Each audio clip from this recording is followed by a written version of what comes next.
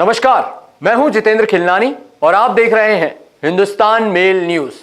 अब होगी मुद्दों की बात सच के साथ। चलिए रुक करते हैं देश दुनिया और इंदौर शहर की कुछ बड़ी खबरों की ओर।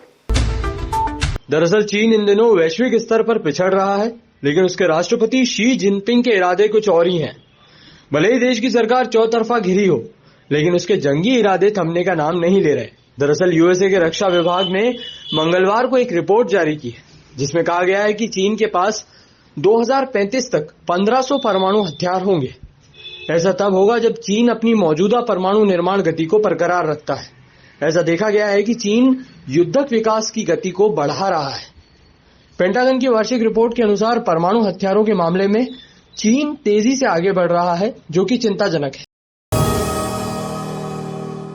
दरअसल राजस्थान कांग्रेस में चल रही खींचतान पर अब पार्टी आलाकमान सख्त हो गया है। कांग्रेस आलाकमान ने प्रदेश के नेताओं को साफ संदेश दिया है कि सार्वजनिक रूप से बयानबाजी करने वालों के खिलाफ अनुशासनात्मक कार्रवाई की जाएगी। कांग्रेस के पूर्व अध्यक्ष राहुल गांधी की भारत जोड़ो यात्रा की तैयारियों का जायजा लेने आए राष्ट्रीय संगठन महासचिव केसी वेणुगोपाल ने साफ कहा है कि यदि किसी मंत्री अथवा पार्टी पदाधिकारी ने सार्वजनिक रूप से किसी प्रकार की बयानबाजी की तो उसे पद से हटा दिया जाएगा। इसी के साथ आपको बता दें कि उन्हें पद से हटाने को लेकर 24 घंटे में निर्णय हो जाएगा।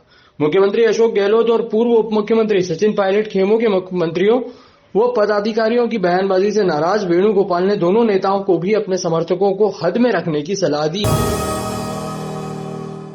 दरअसल सागर जिले के बीना कस्बे की रहने वाली युवती अपने परिवार के साथ ओडिशा के जगन्नाथपुरी गई थी।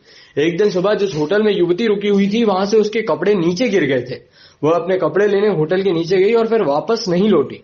परिजन ने खोजा, लेकिन वह मिली नहीं। 3 दिन बाद उसकी लाश समुद्र किनारे अधजली और सड़ी हुई हालत में मिली। वहीं ओडिशा पुलिस ने इस मामले में कोई ठोस कार्रवाई नहीं की और न ही युवती के शव को परिजनों के सुपुर्द किया। परिजन परेशान मंगलवार को भोपाल में सीएम से मिलने मुख्यमंत्री आवास पहुंचे, लेकिन सीएम से परिजनों की मुलाकात नहीं हो सकी। इसके बाद युवती के परिजन भोपाल सांसद साध्वी प्रज्ञा सिंह ठाकुर के बंगले पर पहुंचे, जिसके तहत पत्रकारों से चर्चा में सांसद प्रज्ञा ठाकुर ने कहा, ओडिशा में हुए इस जघन्य हत्याकांड के बाद वहां की पुलिस सहयोग नहीं कर रही है। हमने पूरी घटना के बारे में मुख्यमंत्री जी को बताया है, उन्होंने मदद का भरोसा दिया है। आज सीहोर गौरव दिवस का कार्यक्रम खत्म होने के बाद लड़की के परिवार के साथ सीएम हाउस में मुख्यमंत्री जी से हम मिलने जाएंगे। हमारी मांग है कि इस जघन्य हत्याकांड की सीबीआई जांच। जानकारी के मुताबिक घटना रविवार रात की है। राजवाड़ा पर नुक्कड़ सभा को संबोधित करने के बाद राहुल गांधी चिमनबाग मैदान रवाना हुए थे।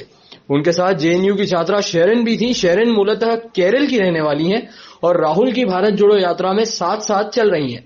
शेरिन ने बताया, जब वह राजवाड़ा से चिमनबाग के लिए रवाना हुई, उसके पर्स से क्रेडिट कार्ड, मोबाइल, 20,000 रुपए नगद, ATM, pan card, voter ID card आदि सामान चोरी हो गया। घटना रविवार रात की है। राजवाड़ा पर नुक्कड़ सभा को संबोधित करने के बाद राहुल गांधी चिमनबाग मैदान रवाना हुए थे।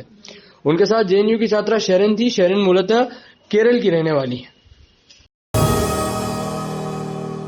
दरअसल 12 नवंबर को आयोजित लोक अदालत में बकायदों को संपत्ति कर और जल कर की सरचार्ज राशि में छूट मिलनी थी, लेकिन कुछ अधिकारियों ने तय सरचार्ज से अधिक बकायेदारों को राशि में छूट दी। इससे नगर निगम को 45,50,719 की वित्तीय हानि हुई है। निगम आयुक्त प्रतिभा पाल ने जांच करवाई, जिसके बाद प्रभारी सहायक राजस्व अधिकारी अतुल मिश्रा और हरीश बारगल को निलंबित कर दिया गया है। निगम के विभिन्न जोनल कार्यालयों पर पदस्थ 9 मास्टर विनियमित कर्मचारियों की सेवा समाप्त कर दी गई है। इसी के साथ जोन क्रमांक 12 के अंतर्गत आने वाली देवश्री टॉकीज के मालिक मनोहर लाल देव के विरुद्ध आपराधिक प्रकरण दर्ज करने के निर्देश दिए गए हैं। नगर निगम के राजस्व विभाग में प्रभारी निरंजन सिंह चौहान ने कहा है कि विभाग से मिली जानकारी के बाद कार्रवाई की गई है। आशंका है कि किसी कर्मचारी द्वारा पूर्व में भी ऐसा किया गया है, इसलिए पुराने मामलों में भी जांच कराई जाएगी। इसी तरह की और भी खबरों के लिए देखते रहिए हिंदुस्तान मेल न्यूज, जिसके लिए आप हमारे चैनल को सब्सक्राइब करना ना भूलिएगा। धन्यवाद।